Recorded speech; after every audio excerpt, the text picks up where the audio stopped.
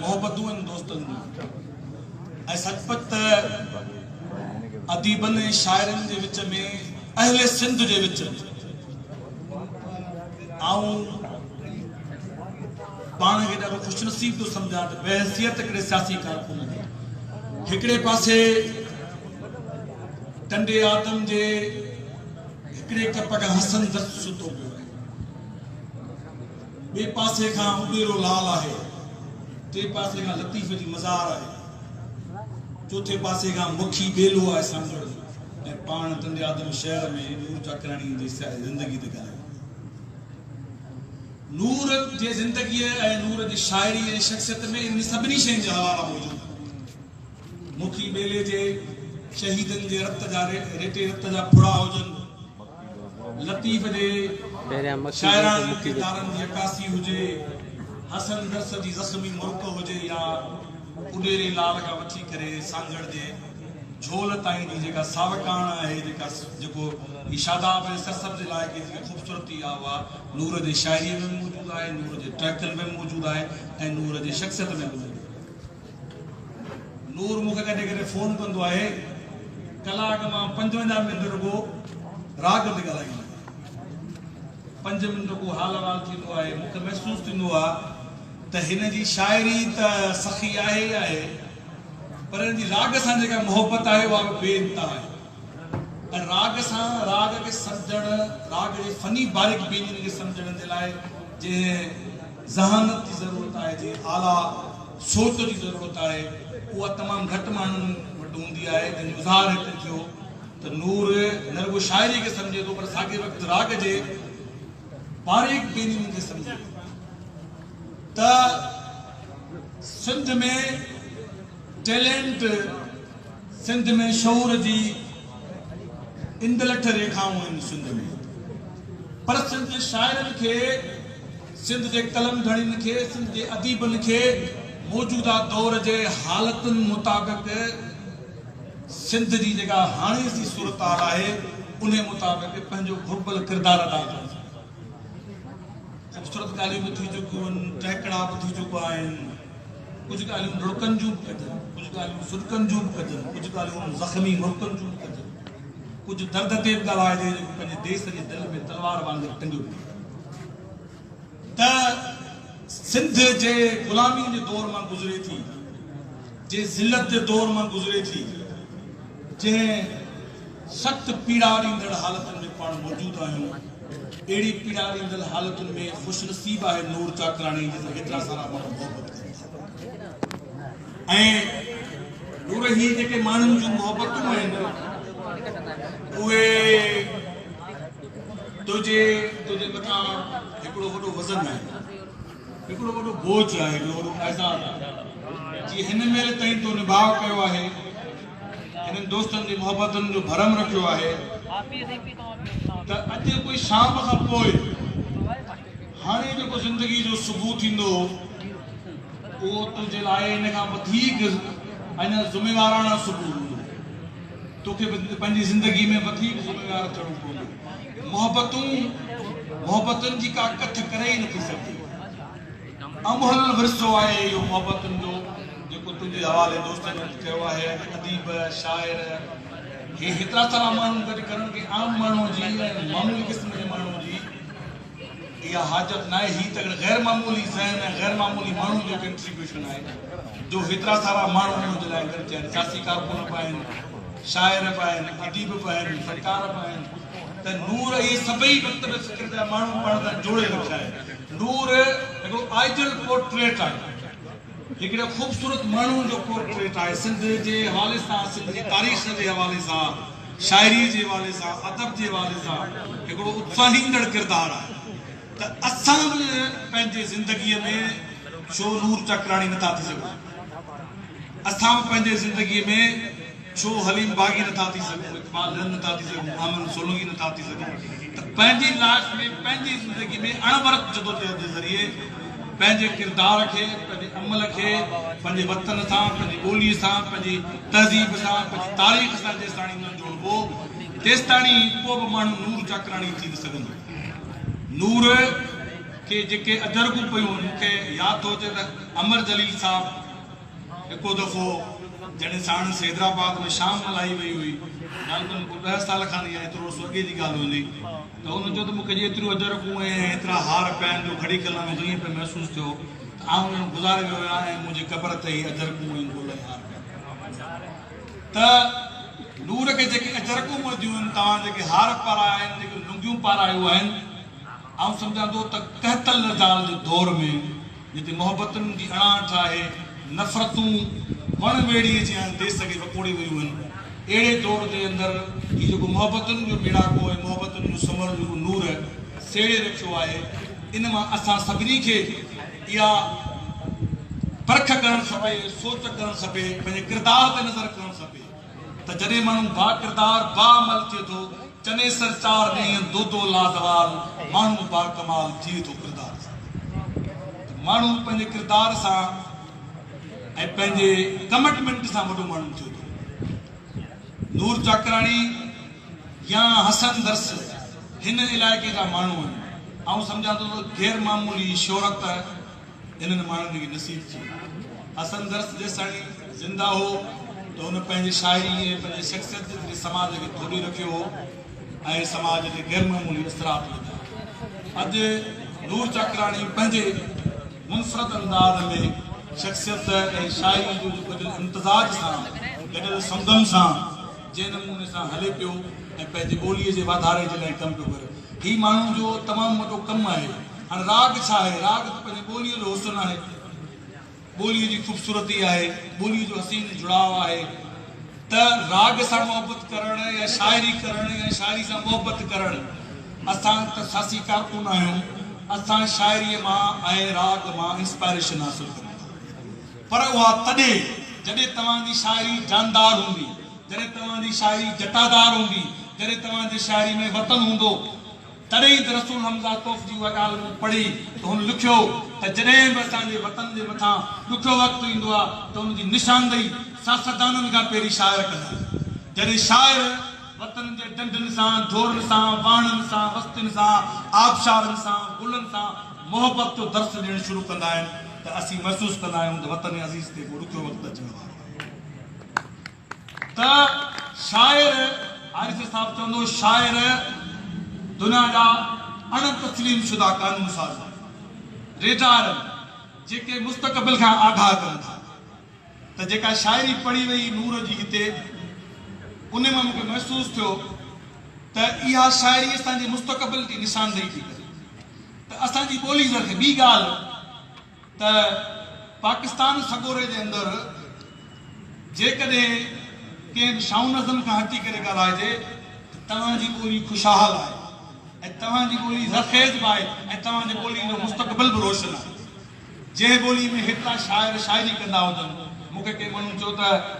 तमामु घणी शाइरी, अॼुकल्ह रुॻो शाइरी पई फेसबुक ते हले, मुंहिंजो घटि में घटि मज़हबी इंतिहा पसंदी खां शाइरी 1000 दफ़ा पढ़ी आहे। हिकिड़ो नंढो टुकड़ो नसर जो हिकिड़े मुले जे बाहि खां बहितर आहे, छो जो हुन में तफ़रुक़ ऐं नफ़रत जी प्रचार हूंदी, शाइरी में घटि मोहबत ऐं अमन जो पैगाम। त शाइरी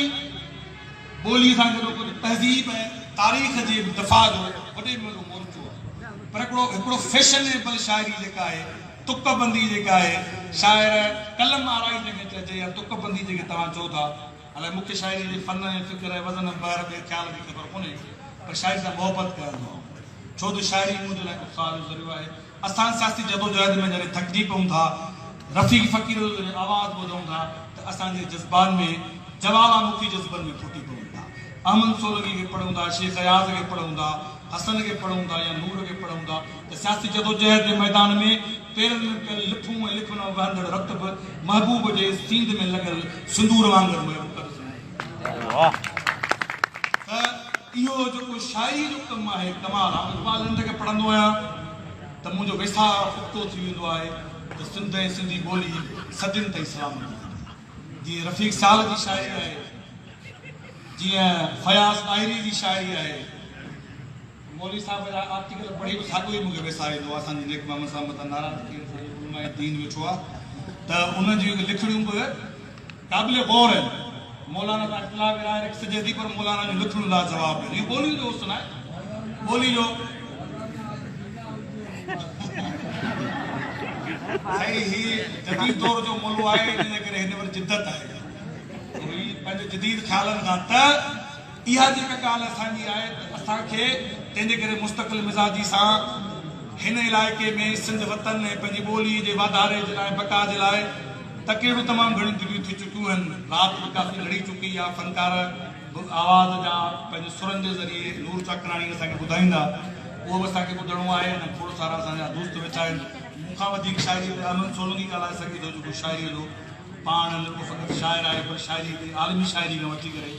सॼी सिंध जी क्लासिकल शाइरीअ ते हुनखे दस्तरस हासिलु आहे तव्हां दोस्तनि खे शाबाश आहे सिंधी अदबी संगत खे ऐं उन सां सहकारी दोस्तनि खे सलाम थो पेश करियां जिन नूर चाकराणीअ खे ज़िंदगी भेटा ॾिनी छो जो मरी वञण खां पोइ जेकॾहिं नूर चाकराणी ताईं शाम थिए हा त हुनखे कहिड़ो सेक अचे हा हयातीअ में जेको आहे जेको तव्हां हुनखे मोहबत बख़्शी आहे ऐं सम्झां थो त नूर जी ज़िंदगी न वधी वई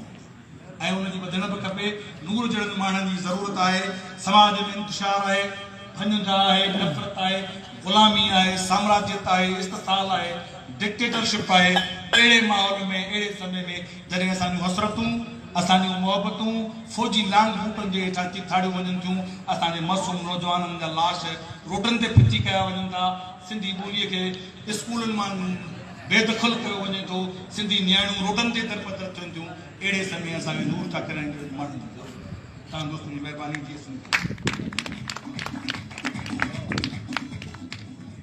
वॾी महिरबानी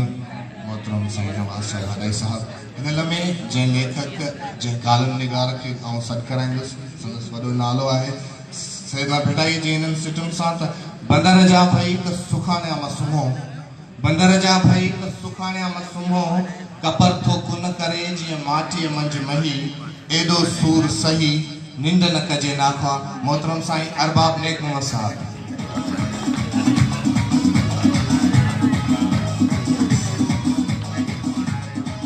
बिस्मिल्लाहिर्रहमानिर्रहीम शाइरनि लाइ हिकिड़ी फारसीअ जी सिट आहे त कसे के कुश्त न बाशद अज कबीला मां ॾेस हाणे इहो भिटाई साईं रहमतुल्लाह अलैह वढियल थी वायो करे पुठल कूकारे तो ही हसास माण्हू नूर नाले सां मौजूद शाह बिलावल नूरानी रहमतुल्लाह अलैह जी दरगाह ते वेठो आहे ऐं हुते माना साईं शाह बिलावल केरु सदाए मोहब्बत फ़कीर जी दरगाह खां थी वेंदा आहियूं त पूरी हुन वादी में चरसी कबीर मरसी जो एॾो जमे गफ़ीर हूंदो आहे अॼु हिन सिगरेट एतिरा छिकिया आहिनि जो चर्स हो या न हो पर बहरहाल चर्स खां सवाइ सुठी शाइरी कोन थी सघे सो असांजो हीउ दोस्त जेको आहे हिते हिकिड़ी तकरीर मूं कई त मूं जे मथां ई आयो हिन मूं ते अहिड़ो अटैक कयो जहिड़ो अमेरिका अफ़गानिस्तान ते असां मुल्कनि ते अटैक कयो हो उन खां पोइ मूंखे चई त केॾा मूं मरियम जो मुंहिंजे लाइ चई केॾा मूं मरियम जो केॾा टंडो दया केॾा मूसीक़ी जी ॻाल्हि केॾा वरी ही मुलो बदसूरत ही वरी लथो त अची अॼु राति मूंसां गॾु हल गाॾी आहे मूं वटि वरी वठी वियो ॻोठु पंहिंजे हाणे हिन लाइ मक़सदु इहा की दोस्तनि जो हल्को जेको आहे उन हवाले सां चवां थो त जीअं ख्वाजा ग़ुलाम फरीद रहमतुल्लाह अलैह फरमायो आहे त हिन जो इंतज़ारु दोस्त हीअं कंदा आहिनि त आवे माही ते को रब घिनाणे ते थिया मुद्दतां गिण गिण घड़िया हिजरत ॾे विच अखियां रोवण इवें जिवें सावण मींहं ॾियां झड़िया ही कंहिं ज़माने में मरकज़ी जॉइंट सेक्रेटरी हो तॾो को सेक्रेटरी जेको जनरल हो सिंधी अदबी संगत जो उन जा महबूब मुज़क्कर हुआ सो तॾहिं ख़त विझी कंदा हुआसीं माना ईरानियुनि नसल शाइर खां घणो मुतासिर हो न हिन जो तॾहिं मोहंडो बि चङो हो मोचारो मोहंडो हो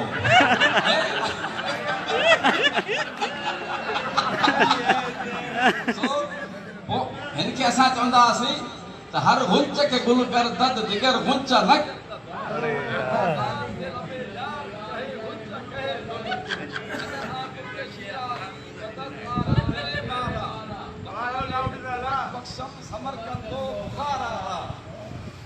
हाणे हिन दोस्त खे तकरीब में नई ॻाल्हि जेका सुठी थी आहे अॻे बि थी हूंदी त बद में तातुल मौला जो साकार मौजूदु आहे त इहो हिकिड़ो खणी चइजे त असां वटि हिकिड़ो वॾे अरसे ताईं रहियो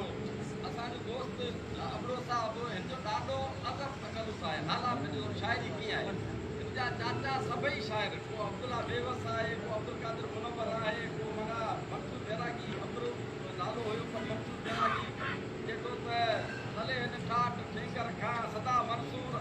दी विछड़न वार वेरा की खुले पातल खबा शाहिद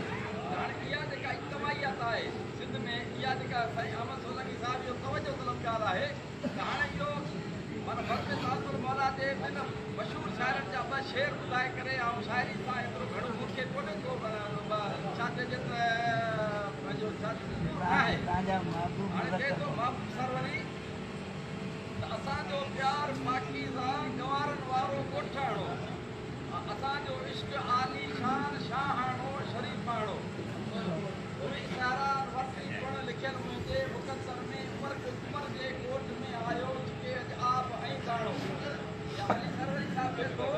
त सवारिया यार मस मस वार आहिनि उहे सर जा आसार आहिनि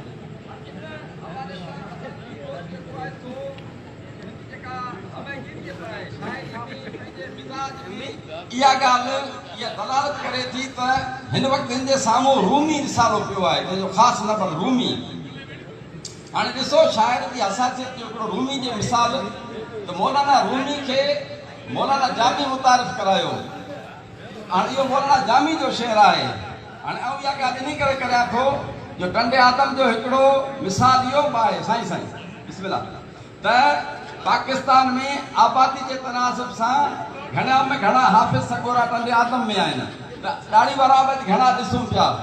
त रूमीअ खे सिंधी में रिसालो लिखियो आहे रूमीअ जे नाले सां मेकिन जो नालो आहे अहिड़े नमूने सां ताज़ो असांजे डॉक्टर अब्दुल सुमरे माना पिटाई जा बैत रूमीअ जा बैत पाण में भेट करे हिकिड़ो जामे रिसालो छपायो आहे त मुंहिंजी गुज़ारिश आहे त असां में इल्मी हवाले सां पंहिंजे उनखे खणी कजे त शाइरी जा जेके बि शोबा आहिनि या खणी कजे त नसर आहे इल्मु आहे उनमें जेतिरी घणी वुसअत ईंदी जेतिरी घणी असां में पुस्तकी ईंदी जेतिरी घणी असांजी सिंधी ॿोली खे जेका असां तक़वियत मिलंदी असां जिते आख़िरी ॻाल्हि इहा कंदुसि जॾहिं हज़रत निज़ामुद्दीन औलिया गुज़ारे वियो त हुनजो आशिक़ जेको हो अमीर खुसरो उहो परे वियल हो अच्छा रंगून ना वियल हो पर जॾहिं वापसि आयो त हू वसियत करे वियो त अमीर खुसरो किथे आहे चिराग दहलवी खे चई त अमीर खुसरो हथ कर मूंखे का अमानत हुनजे हवाले करणी आहे जेको अमीर खुसरो जंहिं कवाली जो माना फन ईजाद कयो हो त खणी हू ॿार उते रहिजी वियो पर निज़ामुद्दीन औलिया वसियत कई हुई त जॾहिं हू मुंहिंजी क़बर ते मुंहिंजी ज़ियारत ते अचे त हिकिड़ी हद मुक़ररु करे छॾियईं त उन हद खां अॻिते न अचे छाकाणि त उन हद खां अॻिते ते ईंदो त मथां को फितरो न पैदा थिए ऐं असांखे को ॿाहिरि निकिरी करे हिन सां मुसाफ़ो न करिणो पए इहो हिकिड़ो इश्की अंदाज़ आहे त अमीर खुसरो जॾहिं आयो उन हद ते उनखे रोकियो वियो हुन हिकिड़ी रुपाई चई हुनजी हिकिड़ी सिट आहे सत बेमहरी के बेमां मी रवी केॾो न असां ते कहर थी वियो जो असांखे छॾे तव्हां हलिया विया आहियो माना हसासियत जे हवाले सां उते ई हुन अमीर खुसरो जो दम जेको आहे सो परवाज़ थी वियो अलाह करे हिनखे अलाह सां वॾी हयाती ॾे ऐं इहे जेके डहकड़ा आहिनि ऐं इहे जेके ख़ुशियूं आहिनि से क़ाइम ऐं क़ाइम रहनि ऐं वधंदियूं रहनि महिरबानी वञे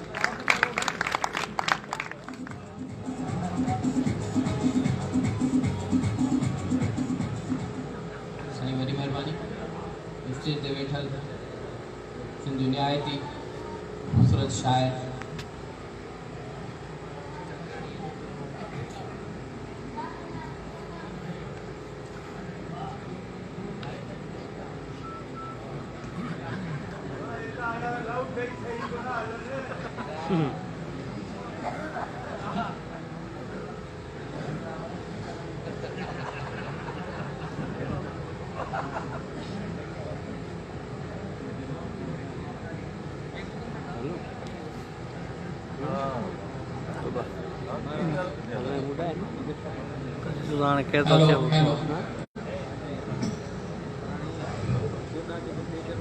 सिंध जो ख़ूबसूरत शाइर ख़ासि करे संदसि गज़ल जेको आहे तमामु ख़ूबसूरत ऐं संदसि ॿोली संदसि लफ़्ज़ संदसि ई सिखूं शहर जो शहर दर बदल न करे शहर जो शहर दर बदल न करे खेसि चइजो हितां गुज़र न करे खेसि चइजो अखियूं थकी पवंदियूं खेसि चइजो अखियूं थकी पवंदियूं मंज़रनि जो डिघो सफ़र न करे अवां जे हथड़नि जे गुलाबनि में इक़बाल विंद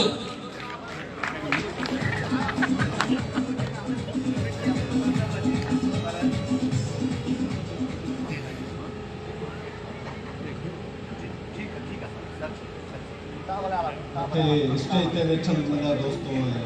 अंदाज़ में वेठल सभी दोस्तो GSM तकरीरूं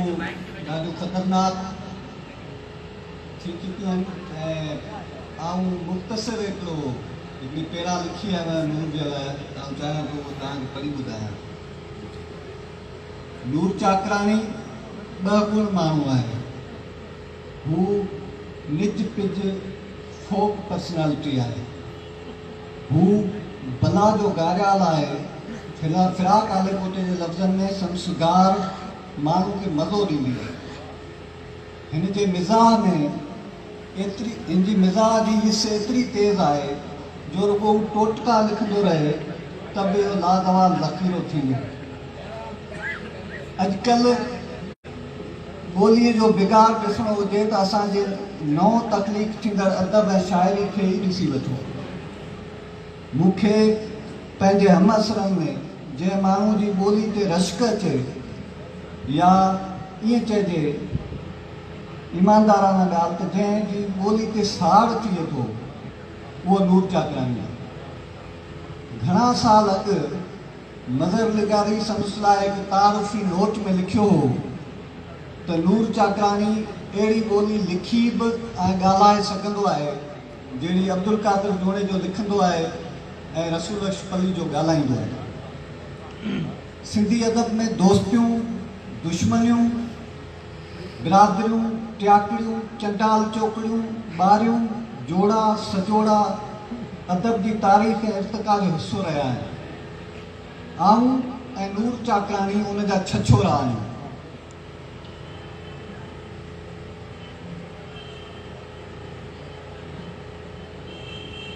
कंहिं बि प्रोग्राम जे पिंडाल में असांजे वेहण जी आइडियल जॻह ॿाहीं जी ॿाहिरीं कतार हूंदी हुई ऐं उनजो हल अदबी अशराफ़िया इहो कढियो जो असां मां कंहिं हिकु या ॿिन्ही खे कन मां झले स्टेज ते विहारे छॾिबो हो ऐं असीं ॿाहीं खां ॿाहिरि पाण खे मेले में विञाइजी वियल ॿार वांगुरु भाईंदा हुआसीं।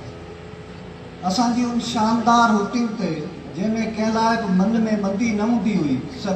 सभिनी सीनियर्स ऐं जूनियर्स पसंदि कयो ऐं अख़बारूं रिपोर्ट कंदियूं हुयूं जंहिंखे हाणे किथे किथे हिकिड़ो तूफ़ान ऐं बदतमीज़ी रिप्लेस करे रहियो आहे